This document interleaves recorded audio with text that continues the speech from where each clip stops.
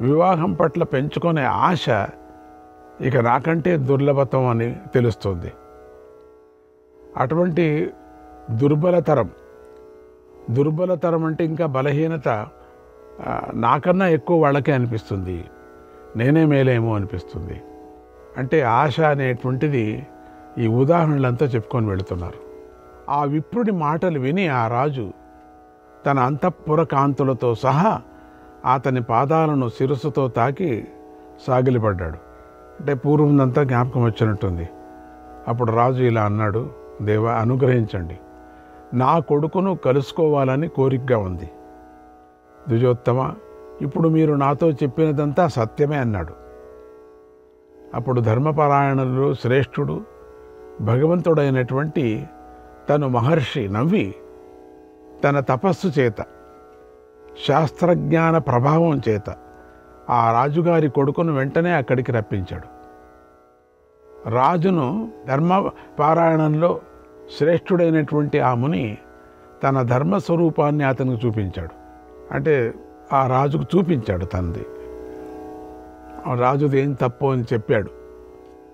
రాజుకు తన దివ్యమైనటువంటి అద్భుతమైనటువంటి రూపాన్ని చూపించి తను మహర్షి పాపరహితుడై క్రోధం విడిచి సమీపంలో ఉన్నటువంటి అడవికి వెళ్ళిపోయాడు. రాజా, ఇదంతా నేను చూశాను, ఆ ముని చెప్పిన మాటలన్నీ విన్నాను. కనుక శరీరాన్ని చాలా కృషింపచేసే ఈ మృగాన్ని గూర్చిన ఆశను వెంటనే తొలగించుకో అన్నాడు ఋషభుడు. భీష్ముడు ఇలా చెప్తున్నాడు. ఋషభ మహాత్ముడు ఇలా చెప్పగానే సుమిత్రుడు చాలా ఆశను వెంటనే వదిలివేశాడు. ఏవం త్వమపి కౌంతేయ శ్రుత్వా వాణీ మిమాం మమ స్థిరో భవ మహారాజ హిమవానివ పర్వతః హిమవానివ పర్వతః. కౌంతేయ, అలాగే నీవు కూడా నా మాటలు విను. ఆశను వదిలి హిమత్పర్వతంలా స్థిరంగా ఉండు. హిమత్పర్వతం ఎప్పుడు స్థిరంగానే ఉంటుంది, అట్లా ఉండు. మహారాజా, కష్టాలు వెన్నంటి వచ్చినప్పటికీ ఇక్కడ తగిన రీతిగా ప్రశ్నలు వేస్తూ వానికి తగిన సమాధానాలు పొందుతున్నావు నువ్వు. కాబట్టి దుర్యోధనుతో సంధి కానందుకు నీవు బాధపడనక్కర్లేదు అని అన్నాడు భీష్ముడు. పాతదంతా యోచన చేసుకోవద్దు, అయిపోయింది. శ్రీకృష్ణాయ పరమాత్మనే నమః. 129, 130 అధ్యాయాలు. ఈ అధ్యాయాల్లో మహాత్ముడైనటువంటి యమునకి గౌతమునికి జరిగినటువంటి సంవాదము, మరి ఆ సంవాదంలో రాజు యొక్క ధర్మం చెప్పబడింది.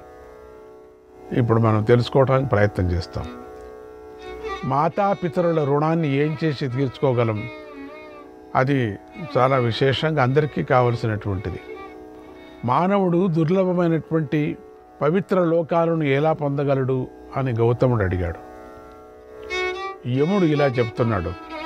తపశ్శౌచవతా నిత్యం తపశ్శౌచవతా నిత్యం సత్యధర్మరతేన చ మాతాపిత్రో రహరహ మాతాపిత్రో రహరహ పూజనం కార్యమంజస.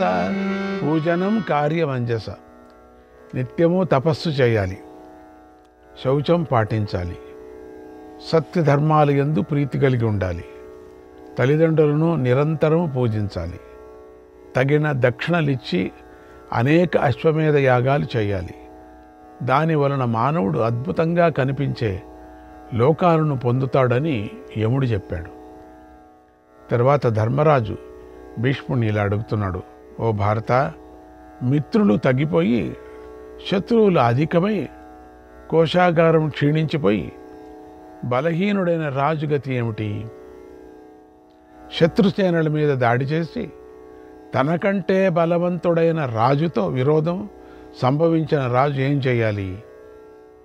దేశం అస్తవ్యస్తంగా ఉండి దేశకాలాలను గమనించలేక అధిక బాధల వల్ల సామభేదోపాయాలు ప్రయోగించలేని రాజు తన ప్రాణాలు కాపాడుకోవాలా లేక ధనాన్ని రక్షించుకోవాలా రెండిటిలో ఏది మంచి పని అని అడిగాడు. అప్పుడు భీష్ముడు చెప్పాడు, ధర్మజ, ఆపద సమయాలలో అధర్మం కూడా ధర్మలక్షణమే అని చెప్పబడుతోంది. అప్పుడు అతడు ధర్మానికి హాని కలగకుండా, శత్రువుకు వశం కాకుండా ఉండేలా నడుచుకోవాలి, తనను తాను నశించుకోకుండా చూసుకోవాలని చెప్పారు. ఆపద కాలంలో తన ధర్మము లేదు, ఇతరుడు ధర్మము లేదు. ఆపద కాలంలో సమస్త శక్తులలో సర్వోపాయాలతో తనను తాను ఉద్ధరించుకోవాలనే కోరికతో ఉండాలి. ఇది అందరూ నిశ్చయించింది. కురుశ్రేష్ఠ, నుదుటి రాతనే ఆధారంగా చేసుకొని జీవించడం ఎవరికీ సాధ్యం కాదు. విశేషించి ప్రజాపాలన చేయాలనుకునే క్షత్రియుడికి అసలు సాధ్యం కాదు. కాబట్టి ఆపత్కాలంలో రాజు దేశ ప్రజలు కూడా పరస్పరం రక్షించుకోవాలి. ఇది నిత్య కర్తవ్యం. ఇది సనాతన ధర్మం. దానం చేత కొందరు, యజ్ఞకర్మల చేత కొందరు, తపస్సు చేత కొందరు, బుద్ధి చేత కొందరు, సామర్థ్యం చేత కొందరు ధనరాశులను పొందుతారు కదా. ధనహీనుణ్ణి దుర్బలుడు అంటారు. ధనంతో బలవంతుడవుతాడు. ధనవంతునికి అన్నీ లభిస్తాయి. నిధి కలవాడు అన్ని కష్టాలను దాటగలడు. ధనం వలన ధర్మం, కామం, ఇహపర లోకాలు కూడా సిద్ధిస్తాయి. ఆ ధనాన్ని కూడా ధర్మంగా పొందాలని కోరుకోవాలి. ఎప్పుడూ అధర్మంగా పొందకూడదు అన్నాడు భీష్ముడు. శ్రీకృష్ణాయ పరమాత్మనే నమః. 131వ అధ్యాయం. యుధిష్ఠిరుడు అడిగాడు, సైన్యం ధన సంపత్తి క్షీణించినవాడు, బద్ధకస్తుడు, బంధువులపై జాలితో వారు చచ్చిపోతారనే భయంతో యుద్ధం చేయనివాడు, అందరిపై సందేహం కలవాడు, తన రహస్యాలు వెల్లడి అయినవాడు, దేశంలో కొన్ని భాగాలు శత్రువులచే ఆక్రమించబడినవాడు, ద్రవ్యం లేక మిత్రుల ఆదరాన్ని కోల్పోయినవాడు, శత్రుపక్షంలో చేరిన మంత్రులు కలవాడు, శత్రు సైన్యాలచే చుట్టుముట్టుబడినవాడు, బలిష్ఠుడైన శత్రువు చేతిలో చిక్కిన రాజు ఆ పరిస్థితుల నుండి బయటపడటానికి ఏం చెయ్యాలి? అప్పుడు భీష్ముడు చెప్తున్నాడు, ధర్మరాజా, ఎదుటివాడు గెలవగలిగి ధర్మం తెలిసినవాడు, అర్థాన్ని సాధించగలవాడు, పరిశుద్ధుడు అయితే రాజు వెంటనే అతనితో సంధి చేసుకొని అతని యొక్క ఆక్రమణలో ఉన్నవాడిని విడిపించుకోవాలి. అవతలివాడు అధర్మ మార్గంలో గెలిచేవాడు, బలవంతుడు, పాప పనులు చేసేవాడైతే వాడి కోసం కొంత వదులుకొని అయినా సంధి చేసుకోవాలి. రాజధానినో ద్రవ్యాన్నో వదులుకొని ఆపద నుండి తప్పించుకోవాలి. ప్రాణాలతో ఉంటే రాజోచితమైన గుణాలతో ద్రవ్యాన్ని మళ్ళీ సంపాదించుకోవచ్చు కదా. కోశాన్ని, సైన్యాన్ని వదులుకుంటే తొలగిపోయే ఆపదల కోసం అర్థధర్మాలు తెలిసినవాడు తన ప్రాణాలు ఎలా వదులుకుంటాడు? ఇది శత్రువుల ఆక్రమణలో అంతఃపుర రక్షణకు గట్టిగా ప్రయత్నించాలి. తన చెయ్యి దాటి అది శత్రువు సొమ్ము అయితే దానిపై కూడా దయలేకుండా సాధ్యమైనంత వరకు తనను తాను పరుల పాలు కాకుండా కాపాడుకోవాలి అన్నాడు. అప్పుడు యుధిష్ఠిరుడు ఇలా అడుగుతున్నాడు, పితామహ, రాజ్యం కోట శత్రువులకు స్వాధీనమై ఆంతరంగికులైనటువంటి మంత్రులు మొదలైన వారు కోపించినప్పుడు కోశాగారం క్షీణించి రహస్యాలు బయటకు పొక్కుతున్నప్పుడు ఏం చేయాలి అని అడిగాడు. భీష్ముడు ఇలా చెప్తున్నాడు, ఆ స్థితిలో ఉన్నవాడు వెంటనే సంధి అయినా చేసుకోవాలి, పరాక్రమమైనా చూపించాలి. దానితో శత్రువును వెళ్ళగొట్టడమో తానే పరలోకానికి వెళ్ళటమో వెంటనే తేలిపోతుంది. తనను ప్రేమిస్తూ ఇష్టపడుతూ సంతోషంగా ఉన్న సైన్యం కొంచెం ఉన్నా రాజు విజయాన్ని సాధిస్తాడు. చనిపోతే స్వర్గానికి పోతాడు. శత్రువును చంపితే భూమిని గెలుస్తాడు. యుద్ధంలో ప్రాణాలు వదిలితే ఇంద్రునితో కలిసి స్వర్గంలోకంలో ఉంటాడు. ఉపాయంగా లోకాన్ని అంతటినీ మెత్తదనంతో ఆకట్టుకోవాలి. విశ్వాసంతో శత్రువు తల వంచి యుద్ధాన్ని మానుకునేటట్లు చేయాలి, లేదా తానే అతనిని విశ్వసించినట్టు ఉండాలి. మంచితనంతో, తీయని మాటలతో శత్రుపక్షాన్ని అనుకూలం చేసుకొని రాజ్యం నుంచి బయటకు పోయి తన వారిని కూడా తీసుకొని మళ్ళీ తన రాజ్యాన్ని ఆక్రమించే ప్రయత్నానికి ఉపక్రమించాలి అన్నాడు భీష్ముడు. శ్రీకృష్ణాయ పరమాత్మనే నమః. 132, 133, 134 అధ్యాయాల్లో ఉండేటువంటి ముఖ్యమైనటువంటి ఘట్టాలు. ఈ అధ్యాయాల్లో రాజర్షి ఎలా ఉండాలో, కోశాగారం నింపే విధానము, బలము యొక్క మహత్వము, దోపిడీ చేసిన పాపమునకు ప్రాయశ్చిత్తము చెప్పబడింది. ఇక్కడ ధర్మరాజు ఇలా అడిగాడు, తాతగారు, లోకులందరూ ఆచరించవలసిన పరమధర్మం క్షీణించినప్పుడు, భూమి మీద జీవనమంతా దొంగల పాలు అయినప్పుడు, ఆ చేటు కాలంలో పుత్రపౌత్రాలను విడిచిపెట్టలేని బ్రాహ్మణుడు ఎలా బ్రతకాలి? భీష్ముడు ఇలా చెప్తున్నాడు, ధర్మరాజా, అలా ఉన్నవాడు తన విజ్ఞాన బలంతో జీవించాలి. లోకంలో కనిపించే ధనాదులన్నీ మంచివారి కోసమే కానీ చెడ్డవారి కోసం కాదు. చెడ్డవారి నుండి సొమ్ము సేకరించి మంచివారికి అందించే సాధనంగా ఉన్నవాడు ఆపద్ధర్మం తెలిసినవాడే కదా. ధర్మరాజా, ఇతరులను గురించి నిందలు చాడీలు చెప్పటం చెడ్డవారి లక్షణం. మంచివారు ఇతరులలోని మంచి గుణాలనే చెబుతారు. దేవతలు కూడా చెడ్డ పనులు చేసే నరాధమని నరకానికి పడదోస్తారు. మోసంతో ధనం సంపాదించేవాడు ధర్మభ్రష్టుడవుతాడు.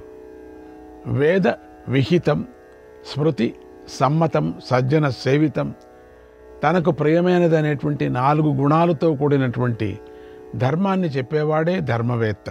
అహేరివహి ధర్మస్య, అహేరివహి ధర్మస్య పదం దుఃఖం గవేషితుం, పదం దుఃఖం గవేషితుం. పాము పాదాలను వెతకటంలాగానే ధర్మం నడకను వెతకటం చాలా కష్టం. పాము పాదాలు కష్టం వెతికేది. దెబ్బతిన్న జంతువు కాలి గుర్తులు, నెత్తురు మరకల ద్వారా వేటగాడు దాని ఉనికిని కనిపెట్టినట్లు 4 గుణాల ద్వారా ధర్మం యొక్క యథార్థ స్వరూపాన్ని కనిపెట్టి చెప్పవచ్చు. యుధిష్ఠిర, ఈ విధంగా శ్రేష్ఠుడు వెళ్ళిన దారిలో నీవు కూడా వెళ్ళాలి. రాజఋషుల నడవడిక ఇలాగే ఉంటుందని తెలుసుకో. ఓ కౌంతేయ, రాజు తన రాష్ట్రం నుండి పరరాష్ట్రం నుండి సంపద కూడబెట్టాలి. దానిపైనే ధర్మరక్షణ, రాజ్యాభివృద్ధి ఆధారపడి ఉన్నాయి. కనుక కోశాన్ని పెంపొందించుకోవాలి, దాన్ని సరైన పద్ధతిలో సంరక్షించుకోవాలి. అలా కాపాడుతూ జాగ్రత్తగా అభివృద్ధి చెందేటట్లు చేయాలి. ఇదే సనాతన ధర్మం. ఆచార విచారాలతో పరిశుద్ధుడైన వాడు కానీ, మిక్కిలి క్రూరుడైన వాడు కానీ కోశాన్ని కూర్చలేడు. పూర్తిగా మంచి మార్గంతో కానీ, పూర్తిగా చెడు మార్గంతో కానీ కోశాగారం నిండదు. మధ్య మార్గాన్ని అనుసరించి కోశ సంగ్రహణం చేయాలి. అల్పేప్యర్థే చ మర్యాద, అల్పేప్యర్థే చ మర్యాద, లోకే భవతి పూజిత, లోకే భవతి పూజిత. ఈ లోకంలో చిన్న పనికైనా మర్యాద ముఖ్యమవుతుంది. నష్టపోయిన వారు శత్రువుకు నమ్మకం పుట్టించి వాడితో కలిసిమెలిసి వాడి సొమ్ము మొత్తం తప్పకుండా కాజేస్తాడు. ఈ విషయంలో రాజు జాగ్రత్తగా ఉండాలని చెప్తున్నాడు భీష్ముడు. భీష్ముడు ఇంకా ఇలా చెప్తున్నాడు, రాజా, అనుభవజ్ఞానులు అయినటువంటి విద్వాంసులు ఒక ధర్మాన్ని ఇలా చెప్తూ ఉంటారు. అనుభవజ్ఞులు, అధర్మో ధర్మ ఇత్యేతత్, అధర్మో ధర్మ ఇత్యేతత్, యథా వృకపదం తథా, యథా వృకపదం తథా. నేల మీద పడిన కాలి గుర్తులు కుక్కవో తోడేలువో తెలుసుకోవటం ఎంత కష్టమో, ధర్మాధర్మ నిర్ణయం కూడా అలాంటిదే అవుతుంది. ధర్మ అధర్మ ఫలితాలను ఎవడు ఎప్పుడు ఇహలోకంలో ప్రత్యక్షంగా చూడలేడు. కనుక రాజు బలాన్ని పొందటానికే ప్రయత్నం చేయాలి. ఎందుకంటే ఏదైనా బలవంతునికి వశమవుతుంది కదా. నేను అనామకుణ్ణి, మీ సేవకుణ్ణి, మీరు గొప్పవారు అంటూ ఎదుటివారి గుణాలను కొనియాడుతూ ఉండాలి. దానాలు జపాలు చేస్తూ మెత్తగా ఉండాలి. వీలైనంత మౌనంగా ఉండాలి. వీలైనంత ఇతరులకు కష్టసాధ్యమైన మంచి పనులు చాలా చాలా చేస్తూ సమాజంలో ప్రవేశం సంపాదించుకోవాలి. లోకులు తిట్టినా పొగడినా పట్టించుకోకుండా మంచి పనులు ఇంకా ఇంకా చేస్తూ ఉండాలి. ఇట్లా చేసిన వాడు పాపరహితుడై త్వరలో ప్రజాభిమానాన్ని పొందుతాడు. అనేక విధాల సుఖాలను అనుభవిస్తాడు. అతడు చేసినటువంటి మంచి పనే అతడిని కాపాడుతుంది. లోకంలో అందరి మన్ననలను అందుకుంటాడు. ఇహంలో కానీ పరంలో గొప్ప ఫలాలను పొందుతాడు అని భీష్ముడు చెప్తున్నాడు. శ్రీకృష్ణాయ పరమాత్మనే నమః. 135, 136 అధ్యాయాలు. ఈ అధ్యాయాలలో కాయవ్యుడి ఉపాఖ్యానం మరి కోశ సంగ్రహణం చెప్పబడుతున్నది. ఇక్కడ భీష్ముడు చెప్తున్నాడు, కాయవ్యుడు అనే పేరు గల, అంటే దోపిడి వాడు అయినప్పటికీ కూడా సిద్ధిని పొందాడు. అతడు బలిష్ఠుడు, చదువుకున్నవాడు, క్రూరత్వం లేనివాడు, 4 ఆశ్రమాలలో ఉన్నవారి ధర్మాలను కాపాడుతున్నవాడు, బ్రహ్మజ్ఞానం గలవాడు, గురువులను పూజించేవాడు, తల్లిదండ్రులకు సత్కారపూర్వకంగా మంచి భోజనం పెట్టేవాడు, వారితో పాటు పూజ్యులైనటువంటి పెద్దలకు కూడా పరిచర్యలు చేసేవాడు, అరణ్యవాసులను, సన్యాసులను, బ్రాహ్మణులను గొప్పగా గౌరవిస్తూ నిత్యము వారున్న చోటుకే వెళ్ళి వారికి అన్నము మొదలైనటువంటి వస్తువులను ఇచ్చేవాడు. ఎవరైనా దొంగ సొమ్ము తినరాదని తీసుకోకపోతే తెల్లవారేసరికి వారి ఇళ్లలో ఆహార పదార్థాలు పెట్టి వెళ్ళేవాడు. దయాదాక్షిణ్యాలు, హద్దుపద్దులు లేని దొంగలు ఎన్ని వేల మంది కూడా అతన్ని తను నాయకునిగా ఎన్నుకున్నారు. అందరూ కూడా చేరుకొని, నువ్వు ఎలా చెబితే మేము అలా చేస్తాం, మాకు ఏది న్యాయమో అది చేస్తూ తల్లి తండ్రిలాగా మమ్మల్ని కాపాడన్నారు. అప్పుడు కాయవ్యుడు ఇలా అన్నాడట, స్త్రీని, భయపడ్డవాడిని, పసివాడిని, తాపసిని, నీతో యుద్ధం చేయని వాడిని చంపకూడదు. ఎప్పుడూ బ్రాహ్మణుల్ని మేలు కోరుతూ ఉండాలి. శ్రీకృష్ణాయ పరమాత్మనే నమః.